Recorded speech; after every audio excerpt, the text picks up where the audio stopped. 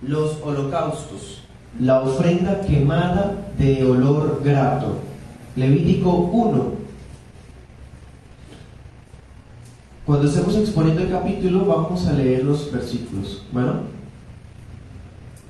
comencemos. El libro de Levítico comienza, como vimos en la introducción, con una sección dedicada a las instrucciones dirigidas a los sacerdotes.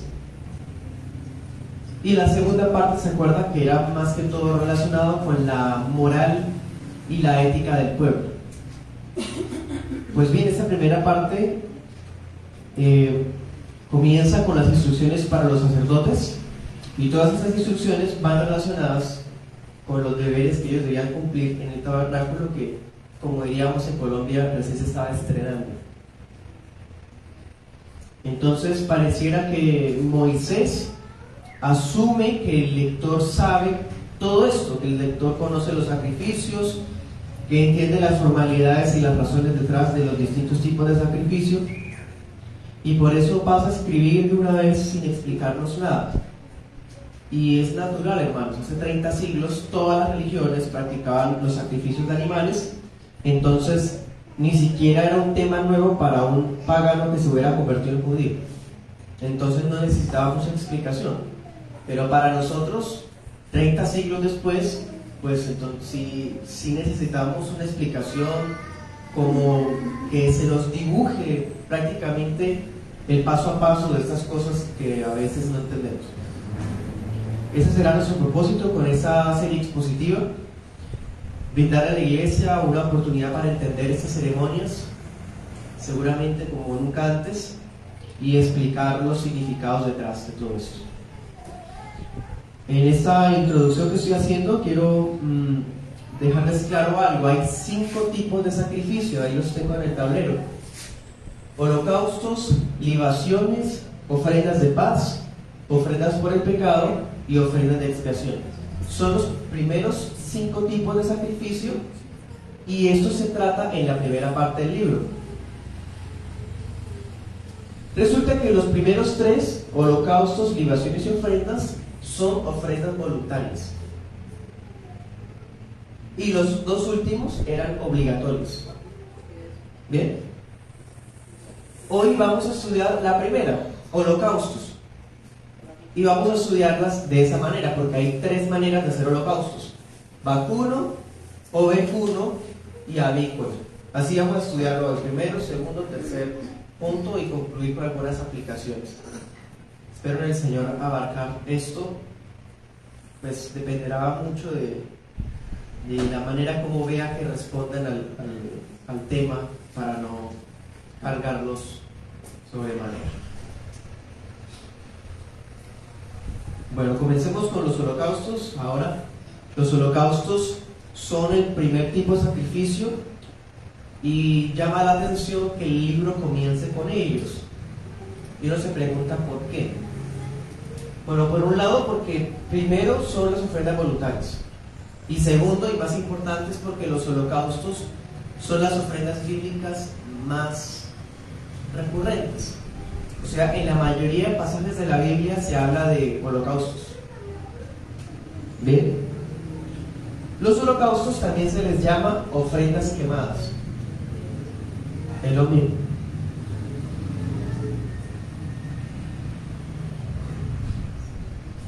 En Levítico 1 se le van a entregar al sacerdote los pasos a seguir sobre los holocaustos, distinguiendo entre los distintos tipos de víctima. Podría ser vacuno, o sea, ganado mayor; ovejuno, ganado menor; o avícola, aves. Entonces el capítulo va a exponernos qué debía hacer el sacerdote en cada caso particular. Bien, y un detalle interesante es que se coloca en ese orden, como yendo de lo más costoso a lo más económico. Y ese detalle es especial porque da a entender que ningún israelita quedaba eximido, ni siquiera los pobres, de participar de esta ofrenda. Claro, ¿quién tenía para tener un toro? La ofrenda vacuna, el toro, los bueyes, era, hermano, costoso. No todos podían, entonces el ovejuro, para los que fueran clase media, dirían en Colombia, con un cabrito, un cordero, un carnero, una oveja, ¿sí? Y si aún tampoco alcanzaba para cubrir con esos sacrificios, entonces estaba el tercero, los avícolas. Cuando la persona era muy pobre, podía llevar pichones, palominos, tórtolas, ¿bien? Entonces está organizado en orden de economía. Anote estos versículos para que compruebe lo que estoy diciéndoles. 5:7 y 12:8.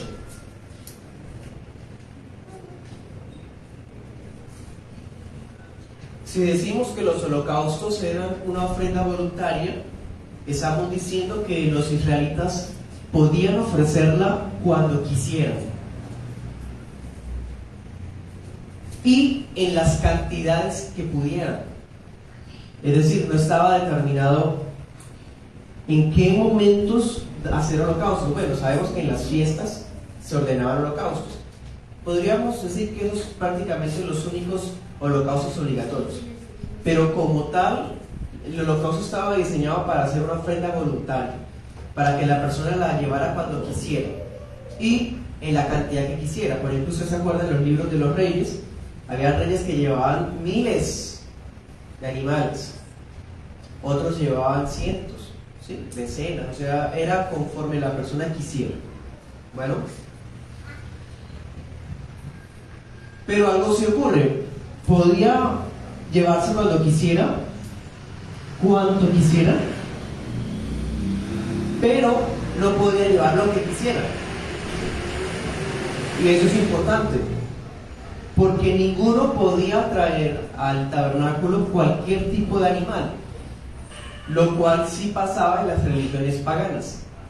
Había religiones paganas que sacrificaban cerdos, perros, ratones, en fin. Pero el Señor dice, no, especifica cuáles son los animales aptos para la ofrenda. Dice en el versículo 9, y eso usted lo va a ver en varios pasajes, dice, ofrenda encendida de olor grato para Jehová. Es decir, esas ofrendas son las únicas que son de olor grato para Jehová. Esa frase le recuerda a usted algo. Recordemos que Moisés escribe haciéndole recordar cosas que ya ha escrito antes. ¿En dónde ha habido o dónde ha visto usted que diga esa frase olor grato? Antes, en Génesis o Éxodo. Recordemos. Anote el pasaje. Génesis 8:21. Cuando Noé salió del arca, ¿se acuerdan? Escogió parejitas de animales limpios y los sacrificó y fue olor grato para el Señor. O sea, Levítico está haciéndonos recordar eso, que los holocaustos iban a ser tan especiales para el Señor como lo fue lo que hizo Noé apenas salió del arca. Muy bonito este detalle. Ahora, cuando dice olor grato, eso es un antropopatismo, un tema que ustedes ya conocen. Antropomorfismo es cuando se describe a Dios como con partes físicas, pero ahí dice olor grato, o sea, huele, pero no está mencionando la nariz, está mencionando es que el olor le gustó, o sea, le está colocando es como un sentimiento. Eso es antropopatismo. Eso lo vimos cuando estudiamos la impasibilidad de Dios. Entonces, esa expresión olor grato es un antropopatismo que se refiere a que para Dios fue agradable el sacrificio de Noé y los holocaustos de Levítico 1, como si fuera una fragancia que lo calma. Antropopatismo, ¿no? Lo pacifica, lo apacigua, ¿sí? Como si la ira de Dios se convirtiera en favor. Eso lo comenta Vicky, un pastor de Estados Unidos. Bien, ¿qué más detalles en esta breve introducción? Los animales que se llevaban tenían que ser propiedad del israelita, del oferente, o sea, del que lleva la ofrenda. Tenían que ser propiedad de él. Claro, Ellos debían criarlo, porque ahí dice que es tomarlo el redil, el rebaño, ¿sí? O si no, comprarlo. Pero nunca podía llevarse animales robados, ni tampoco animales malogrados, feos, descuidados. Eso sería algo grosero para el Señor. Leamos Malaquías 1.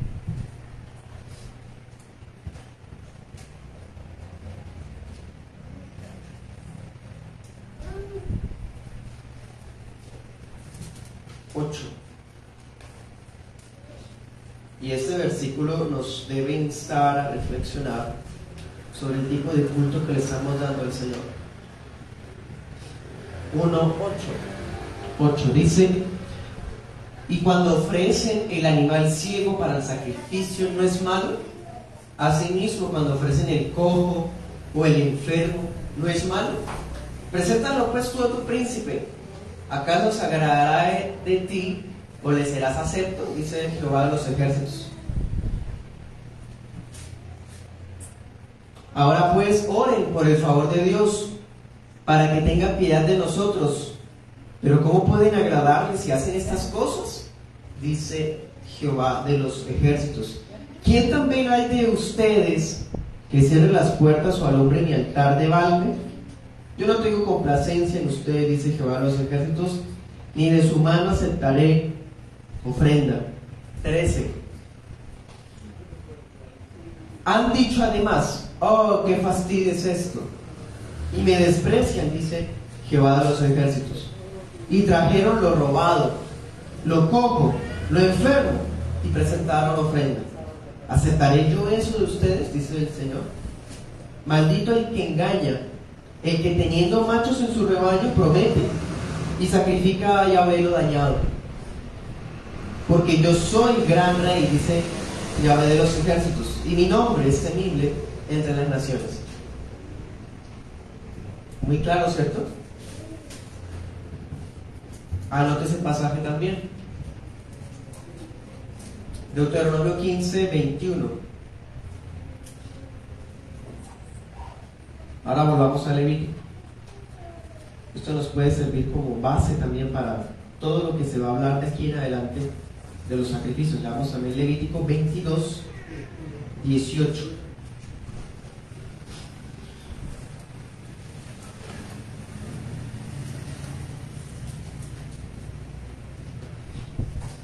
Entonces, como se dan cuenta, debían ser animales bien cuidados, domésticos, no salvajes y de carroña. Bien, Levítico 22:18.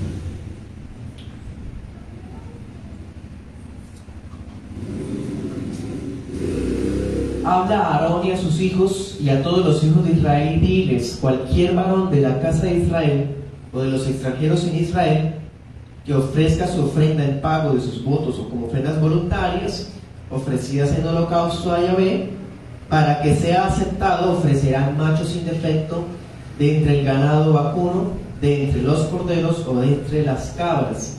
Ninguna cosa que haya defecto ofrecerán, porque no será acepto por ustedes. Asimismo, cuando alguno... Bueno, hasta ahí. Versículo 22. Levítico 22 dice: ciego, perniquebrado, mutilado, verrugoso, sarnoso, roñoso, no ofrecerán estos a Yahvé, ni de ellos pondrán ofrenda encendida sobre el altar de Yahvé. Buey o carnero que tenga de más o menos podrán ofrecer por ofrenda voluntaria, pero en pago de voto no será acepto. No ofrecerán a Yahvé animal con los testículos heridos o magullados, rasgados ni cortados, ni en su tierra lo ofrecerán. Ni de mano de extranjeros tomarán estos animales para ofrecerlos como el pan de su Dios, porque su corrupción está en ellos, hay en ellos defecto, no se les aceptará. Bien, que quede claro, no podía ser animales malogrados, ni robados, ni salvajes. sino los que Dios mismo ordenó de la manera que Dios ordenó. Anótense otro texto, Deuteronomio 17:1. Esos pasajes que les estoy dando es para confirmar aún más lo que les digo y los puedan leer en la casa. Bueno, ahora sí comencemos. Primer punto, los sacrificios vacunos. Ya tuvimos los principios generales. Básicamente es una ofrenda voluntaria, quemada, pero no puede llevarse a cualquier tipo de animal, tenía que ser alguno de las tres, vacuno, ovejuno o avícola, dependiendo de la condición económica de la persona. ¿Sí? Y el animal debía tener una presentación adecuada. Eso va a aplicar para todo lo demás que vamos a ver todos estos meses. Bien. Primer punto, los sacrificios vacunos, Levítico 1:1 hasta el 9. Voy a usar la Reina Valera 95. Dice: llamó Yahvé a Moisés y habló con él desde el tabernáculo de reunión, diciendo: habla a los hijos de Israel y diles: cuando alguno de entre ustedes presente una ofrenda a Yahvé, podrá hacerla de ganado vacuno u ovejuno. Si su ofrenda es un holocausto vacuno, ofrecerá un macho sin defecto.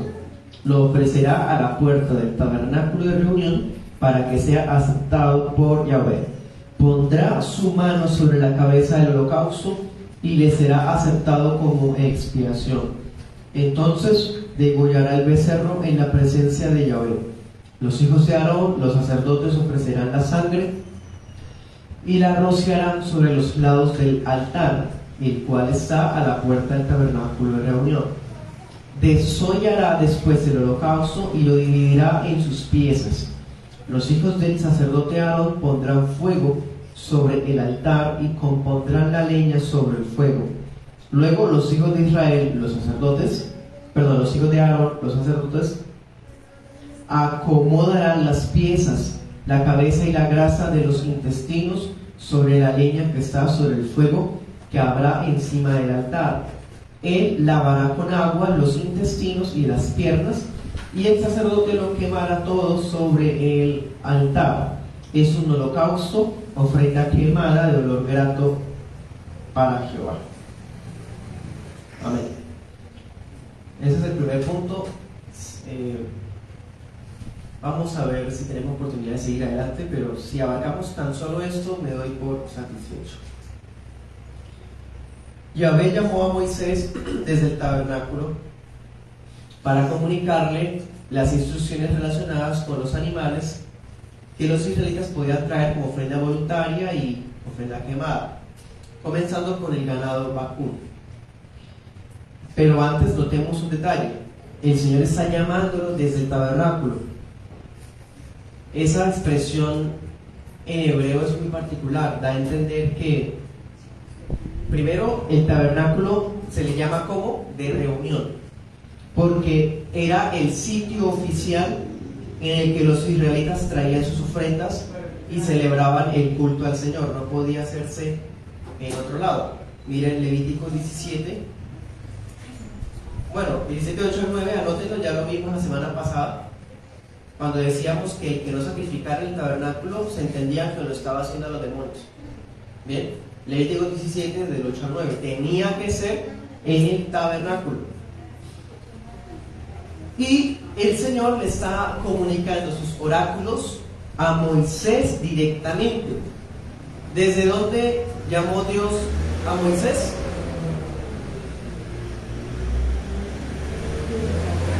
Desde el tabernáculo de reunión.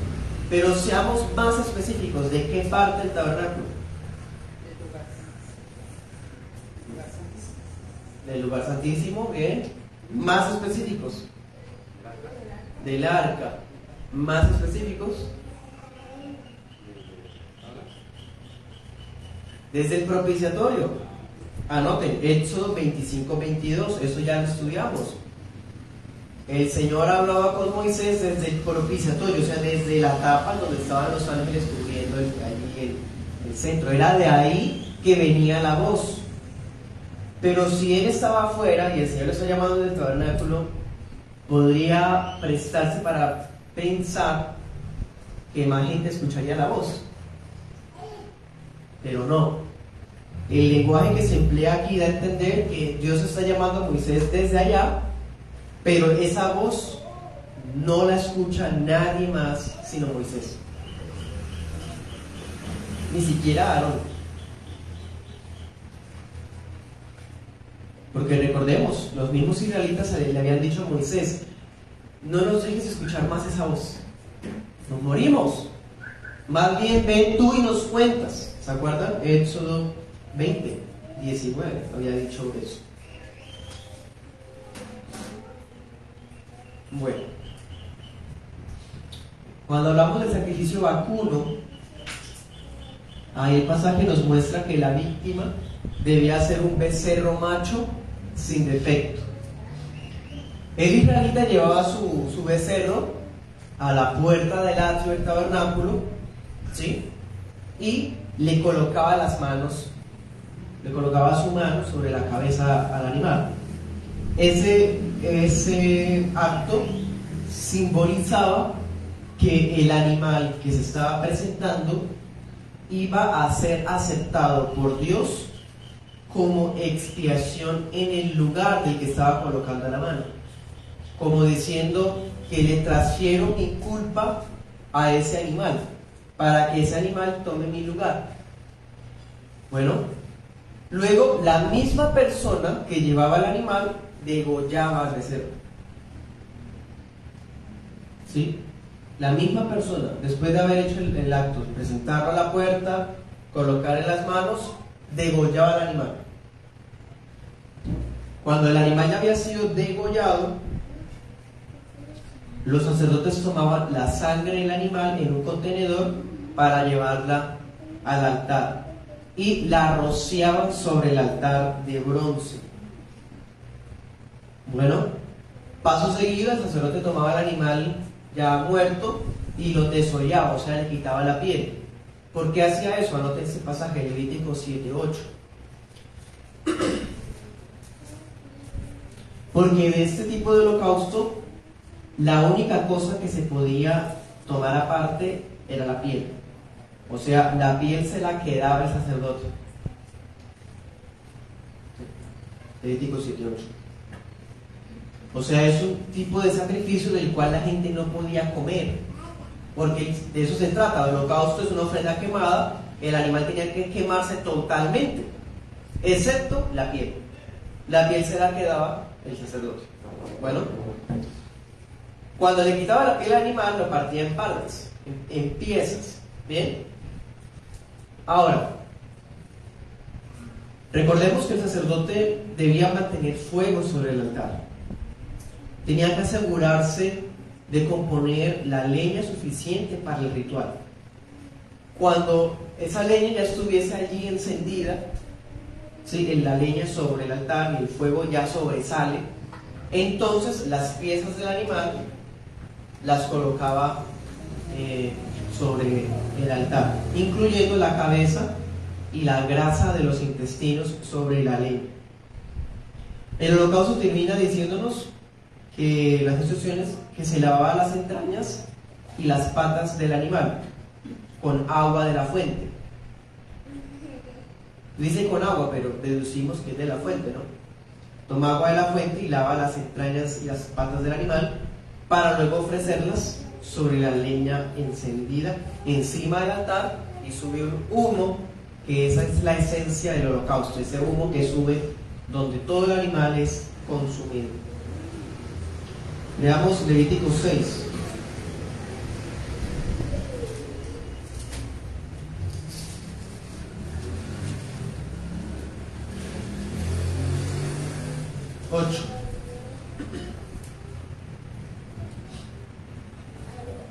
Dice: habló aún Yahvé a Moisés diciendo: manda a Aarón y a sus hijos y diles: esta es la ley del holocausto.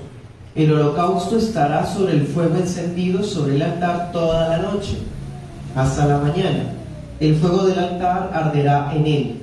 Y el sacerdote se pondrá su vestidura de lino y vestirá calzoncillos de lino sobre su cuerpo, y cuando el fuego hubiere consumido el holocausto, apartará él las cenizas de sobre el altar y las pondrá junto al altar. Después se quitará sus vestiduras y se pondrá otras, y sacará las cenizas fuera del campamento a un lugar limpio. Y el fuego encendido sobre el altar no se apagará, sino que el sacerdote pondrá en leña cada mañana y acomodará el holocausto sobre él, y quemará sobre él las grosuras de los sacrificios de paz. El fuego arderá continuamente en el altar, no se apagará.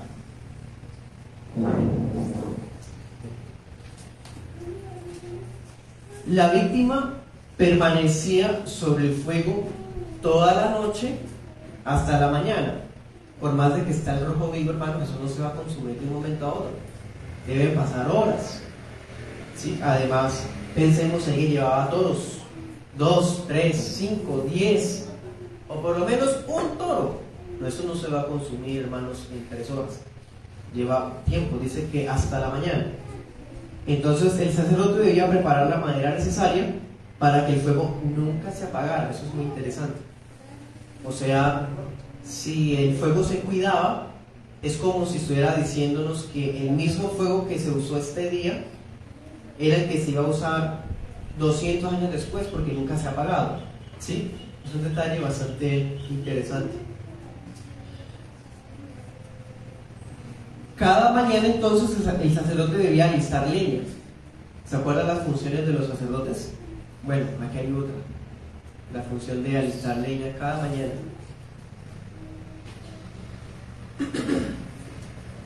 Al día siguiente, el sacerdote debía vestirse la túnica blanca, o sea, ¿se acuerdan que había 2 tipos de vestidos, no? La vestimenta sagrada, que era con todo, el fod, ¿sí? Y la mitra, y bueno, la placa de oro, santidad a Jehová, entre otras. Esa no, esa era para otras funciones. Pero había otra vestidura que era una blanca sencilla, ¿se acuerdan? Era blanca, sí, absolutamente sencilla, que era la que usaban los demás sacerdotes. Pues bien, el sacerdote usaba esa, la vestimenta sencilla, cuando dice con los calzoncillos de lino, para sacar las cenizas que quedaron, apartarlas y ubicarlas en la parte oriental. ¿Sí? O sea, cuando uno entraba al tabernáculo, el primer mueble era el altar, sí. Pero la primera cosa que uno se encontraba al entrar al tabernáculo era ceniza, un montículo de ceniza. El sacerdote apartaba la ceniza de los holocaustos y la colocaba ahí, al oriente. El oriente es en toda la entrada. Acuérdense que el tabernáculo está organizado así, en horizontal. El oriente queda a la entrada y el norte entonces quedaría la parte, lo que nosotros sería la derecha.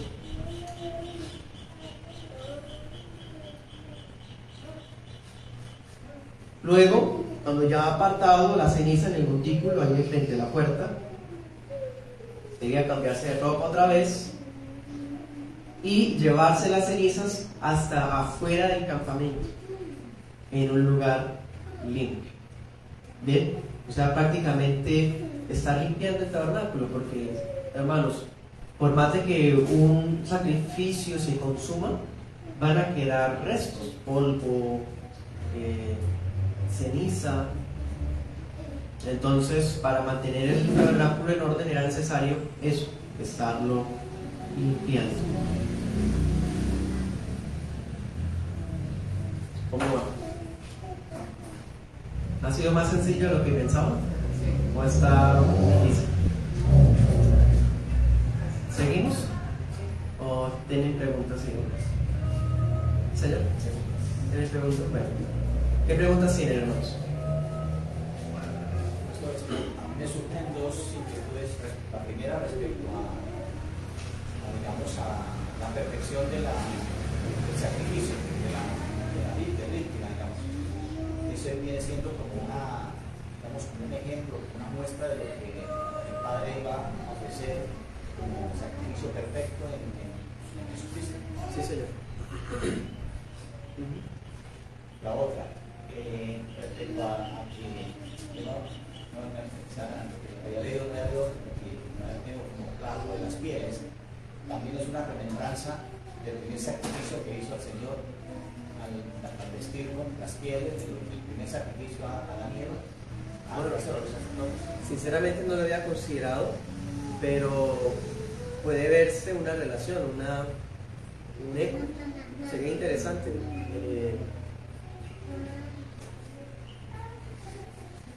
Desde lo que pude estudiar del tema, pues hay un paralelo entre ambas cosas por el parecido,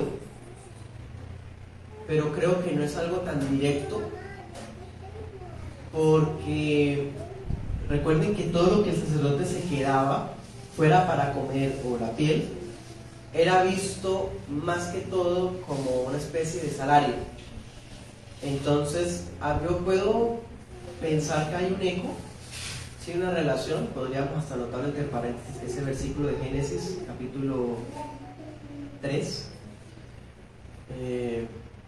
pero la intención del autor, por lo menos la primaria, es hablar de que en los holocaustos el sacerdote podía encontrar una provisión para su propia ropa, el mantenimiento de la ropa de sus hijos, cosas así, zapatos, pelos, sandalias. Pero muy interesante. ¿Algo más? Iba a preguntar que si las pieles tenían un simbolismo futuro, una sombra o algo así, de no quemarlas.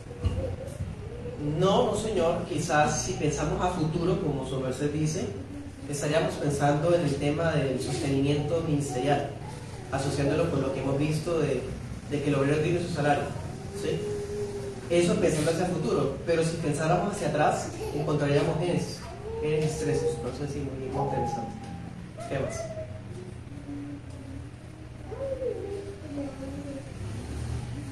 Perdón, pastor, respecto, digamos, a los holocaustos,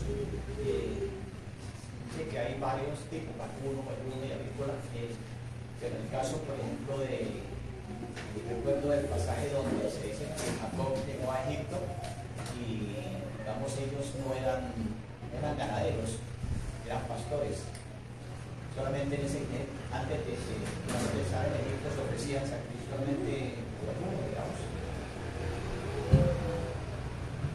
Bueno, ellos eran pastores, sin embargo el oficio pastoril muchas veces incluía ganadería, entonces quizás no era su actividad principal porque se dedicaban más que todo al ovejuno.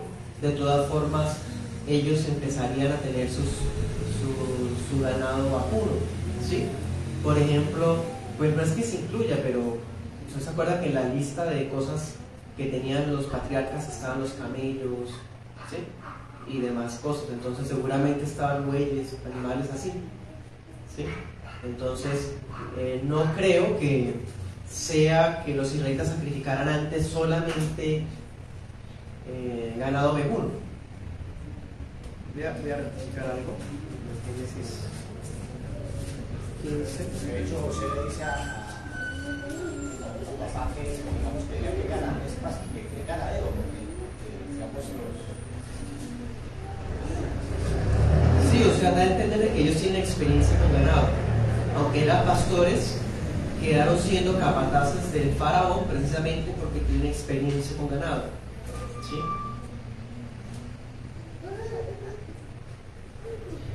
Génesis 15, versículo 9, nos dice que el Señor le pidió a Abraham una ofrenda de becerro, o sea, sí tenían ganado vacuno, no exclusivamente vacuno. ¿Bien? ¿Listo? Sigamos adelante entonces, hermanos. Punto 2, pensé que iba a ser de pronto más complicado, pero prácticamente es el mismo paso a paso. Resumamos. ¿Cómo era el ritual del holocausto? La persona llevaba su becerro, porque vamos en el primero, ¿no? En el vacuno. Llevaba el becerro a la puerta, le colocaba la mano al animal como señal de transferencia y de que iba el animal a hacer expiación por él. Luego él mismo degollaba el animal. Cuando el animal ya estaba muerto, los sacerdotes tomaban de la sangre del animal y la aplicaban en el altar del holocausto. Bien, luego ¿qué más hacían?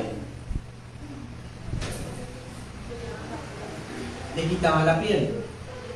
Le quitaban la piel y lo partían en pedazos. Se colocaba sobre el altar las partes, incluyendo la cabeza y la grasa de los intestinos, mientras que las entrañas y las patas se estaban lavando con el agua de la fuente. ¿Para qué? Para luego sí echarlas al fuego. Es un detalle interesante porque da a entender como si estas partes, intestinos y patas, son como las más sucias. O sea, hasta que no quede limpio no se pueden ofrecer el holocausto.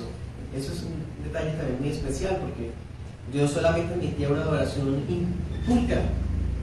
¿Sí? Y ya, eso es todo. El humo subía y esa es la esencia del holocausto. El humo subiendo, el animal quedaba ahí toda la noche y al otro día el sacerdote debía vestirse de sus vestiduras sencillas blancas para sacar la ceniza. Bueno, para apartar la ceniza en la parte de enfrente del tabernáculo. Luego volvía a cambiarse las ropas para llevarse la ceniza afuera del campamento. Ese era el ritual de los holocaustos. Pues bien, punto 2, vamos a ver el ovejuno y el avícola y se van a dar cuenta que el ovejuno es prácticamente lo mismo. Leamos Levítico 1, versículo 10. Dice: si su ofrenda para el holocausto es del rebaño, de las ovejas o de las cabras, ofrecerá un macho sin defecto. Lo degollará al lado norte del altar, delante de Yahvé. Bueno, esa sería la única diferencia, ¿no? Y los hijos de Aarón, los sacerdotes, rociarán su sangre en el altar por todos sus lados. Luego lo dividirá en sus piezas con su cabeza y la grasa de los intestinos, y el sacerdote las acomodará sobre la leña que está sobre el fuego que habrá encima del altar. Él lavará las entrañas y las piernas con agua, y el sacerdote lo ofrecerá todo y lo hará arder sobre el altar. Es un holocausto, ofrenda quemada, olor grato para Jehová. ¿Qué otro detalle ven que no está?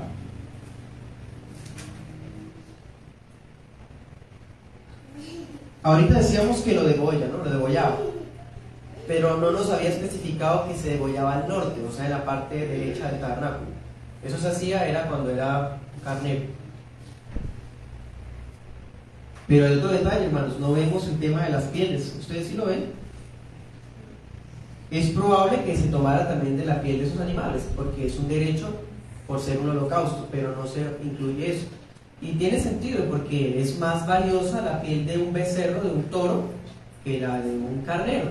O sea, hay más usos, ¿no?, para la piel vacuna que de la oveja. Pero es prácticamente lo mismo, hermano. El israelita traía al tabernáculo una ofrenda de ganado ovejuno, podía ser oveja, podía ser cabra, siempre y cuando fuera macho sin defecto. El animal era degollado igualmente por el oferente, se colocaba al pie de pie al norte del altar de bronce, y los sacerdotes se encargaban de rociar la sangre alrededor del altar, lo mismo. ¿Por qué en el norte, en la parte de arribita o a la derecha del tabernáculo? A ver, imaginémonos que este es el tabernáculo. Aquí tenemos la entrada. Disculpen. Aquí es el lugar santo y el lugar santísimo. Aquí está el altar de los holocaustos. Entonces, este es el oriente y este es el norte. Aquí se degollaba al animal. ¿Por qué acá? ¿Qué quedaba en el norte, aquí en el lugar santo?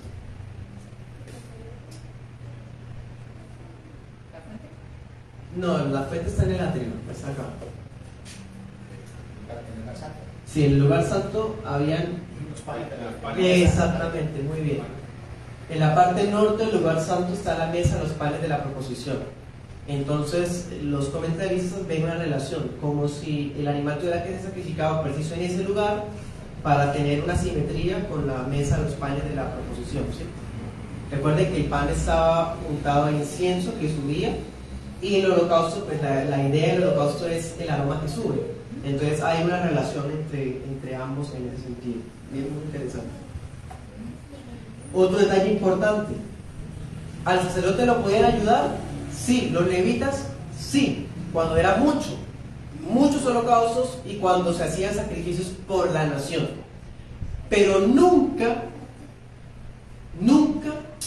nadie podía aplicar la sangre sino él.